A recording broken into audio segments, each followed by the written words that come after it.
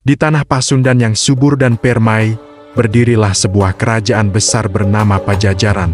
Kerajaan ini dipimpin oleh seorang raja bijaksana, Prabu Siliwangi. Suatu hari, lahirlah seorang putra mahkota yang kelak akan menjadi legenda. Namanya Munding Laya. Ia tumbuh menjadi pemuda yang tampan, gagah berani, dan berhati mulia. Semua orang menyayanginya, dari rakyat jelata hingga para punggawa istana. Namun, seperti pepatah, semakin tinggi pohon, semakin kencang angin menerpa. Kebaikan dan ketenaran Munding Laya justru menimbulkan iri dan dengki di hati sebagian kerabat istana.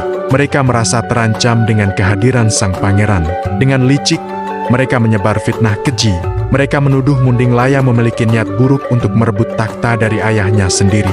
Fitnah itu terus berhembus, semakin lama semakin kencang hingga sampai ke telinga Prabu Siliwangi. Meskipun berat hati, sang Prabu terpengaruh oleh hasutan tersebut. Dengan perasaan sedih dan kecewa, Prabu Siliwangi memerintahkan agar putranya sendiri, Pangeran Munding Laya, dijebloskan ke dalam penjara. Di dalam sel yang gelap dan dingin, Munding Laya merenungi nasibnya.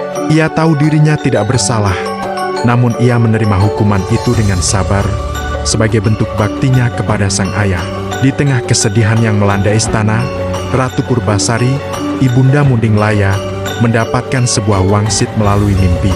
Dalam mimpinya, ia melihat bahwa kerajaan Pajajaran hanya akan selamat dari segala ancaman dan mara bahaya jika ada seorang satria yang berhasil membawa pusaka sakti bernama Layang Salaka Dumas. Pusaka ini bukanlah benda sembarangan, karena ia tersimpan di kahyangan, dijaga oleh kekuatan gaib yang luar biasa. Sang ratu segera menceritakan mimpinya kepada Prabu Siliwangi. Mendengar hal itu, Prabu Siliwangi termenung. Ia tahu ini adalah tugas yang sangat berat dan hampir mustahil untuk dilakukan. Siapakah satria yang mampu menembus kahyangan dan merebut pusaka itu? Tiba-tiba, ia teringat pada putranya yang sedang mendekam di penjara. Ia melihat ini sebagai sebuah kesempatan. Kesempatan untuk menguji kesetiaan dan kesaktian Munding Laya, sekaligus memberinya jalan menuju kebebasan. Prabu Siliwangi pun memanggil Munding Laya. Ia berkata, "Anakku, jika engkau berhasil membawa pusaka Layang Salaka Dumas dari kahyangan, aku akan membebaskanmu dari segala tuduhan dan mengembalikan kehormatanmu." Tanpa ragu sedikit pun, Munding Laya menyanggupi tugas tersebut. Baginya, ini bukan hanya tentang kebebasan pribadi, tetapi juga tentang keselamatan negerinya tercinta, Pajajaran. Maka dimulailah perjalanan panjang dan penuh bahaya Pangeran Munding Laya. Sebelum berangkat, ia menemui seorang penasihat kerajaan yang bijaksana, Pati Lengser.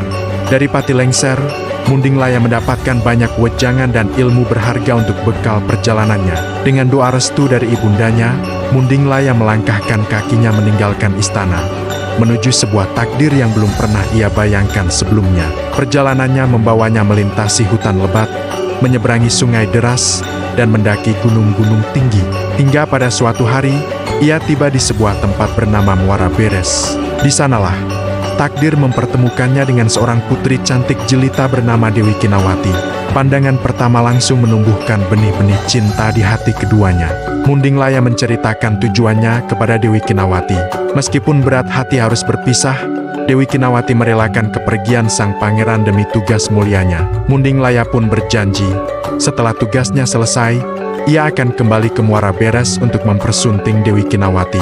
Dengan membawa janji dan cinta di hatinya, Munding Laya melanjutkan perjalanannya menuju gerbang kahyangan. Akhirnya, setelah perjalanan yang melelahkan, Munding Laya tiba di perbatasan antara dunia manusia dan kahyangan. Namun, gerbang menuju kahyangan tidaklah terbuka begitu saja. Gerbang itu dijaga oleh sesosok raksasa mengerikan bernama Jonggrang Kalapitung. Raksasa ini memiliki kekuatan yang dahsyat dan tak terkalahkan.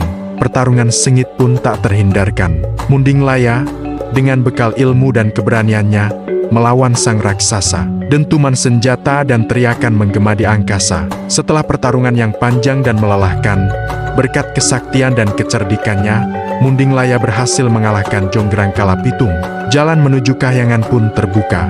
Memasuki kahyangan, Munding Laya disambut oleh 7 makhluk gaib yang dikenal sebagai 7 Guryang. Mereka adalah penjaga sesungguhnya dari pusaka Layang Salaka Dumas. Melihat kedatangan seorang manusia, para Guryang mencoba menguji keteguhan hati Munding Laya. Mereka menawarinya harta benda yang melimpah, istana emas, dan kekuasaan abadi di kahyangan. Wahai anak manusia, kata salah satu Guryang, untuk apa kau mencari pusaka itu? Tinggallah di sini bersama kami. Nikmati segala kemewahan yang tak akan pernah kau dapatkan di duniamu. Namun, hati Munding Laya tak goyah sedikit pun. Ia menolak semua tawaran itu dengan sopan. Terima kasih atas tawaran kalian, wahai para penjaga kahyangan. Namun kedatanganku kemari bukanlah untuk mencari kekayaan pribadi. Aku datang atas nama rakyatku, demi kedamaian dan keselamatan kerajaan Pajajaran. Aku hanya memohon izin untuk membawa pusaka layang Salaka Dumas. Melihat keteguhan hati Munding Laya, para Guryang terkesan. Namun, pusaka itu tidak bisa diberikan begitu saja. Munding Laya harus membuktikan bahwa ia pantas.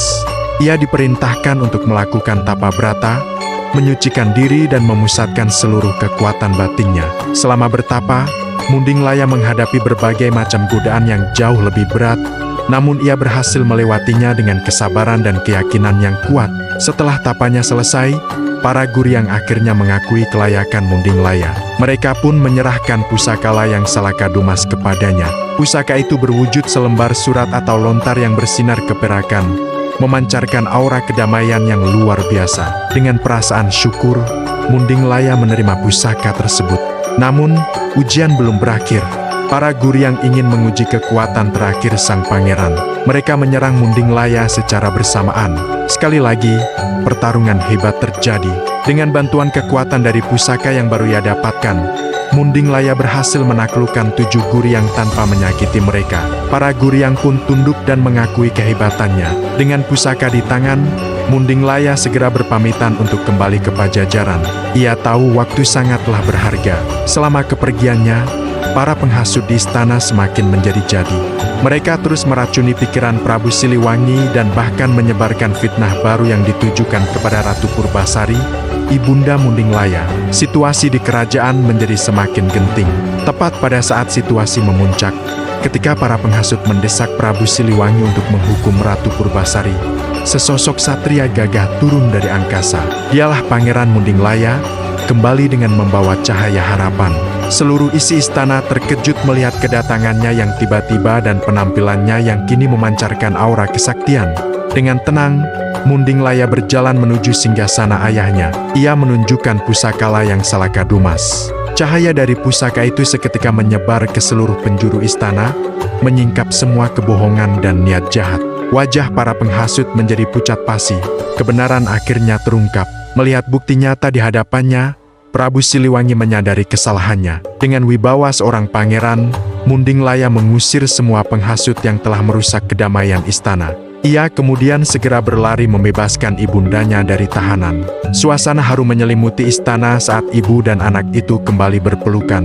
Prabu Siliwangi, yang merasa sudah tua dan menyesali perbuatannya, memutuskan untuk turun takhta. Ia melihat bahwa putranya telah membuktikan diri sebagai seorang pemimpin yang adil, berani, dan bijaksana. Di hadapan seluruh rakyat dan punggawa kerajaan, Munding Laya dinobatkan menjadi Raja Pajajaran yang baru, dengan gelar Prabu Munding Laya di Kusumah. Setelah menjadi raja, Munding Laya tidak melupakan janjinya. Ia kembali ke Muara Beres untuk menjemput kekasih hatinya, Dewi Kinawati. Pernikahan mereka dirayakan dengan pesta besar yang dihadiri oleh seluruh rakyat. Di bawah kepemimpinan Raja Munding Laya di Kusumah dan Ratu Dewi Kinawati, kerajaan Pajajaran memasuki masa keemasan, menjadi negeri yang adil, makmur, aman, dan sentosa. Kisah Munding Laya di Kusumah bukan sekadar dongeng pengantar tidur. Ia adalah warisan luhur dari tanah Sunda yang mengajarkan kita banyak hal. Tentang kesabaran dalam menghadapi fitnah, tentang keberanian untuk memperjuangkan kebenaran, dan tentang keadilan yang pada akhirnya akan selalu menang. Sebuah cerita tentang pahlawan yang rela berkorban bukan untuk dirinya sendiri, tetapi untuk kebahagiaan dan kedamaian negerinya. Terima kasih sudah menyimak kisah legendaris dari Jawa Barat ini. Semoga kita bisa mengambil hikmah dan pelajaran berharga dari perjuangan Prabu Munding Laya di Kusumah. Jangan lupa untuk like, komen, dan subscribe agar tidak ketinggalan cerita-cerita menarik lainnya dari seluruh Nusantara. Sampai jumpa di video berikutnya.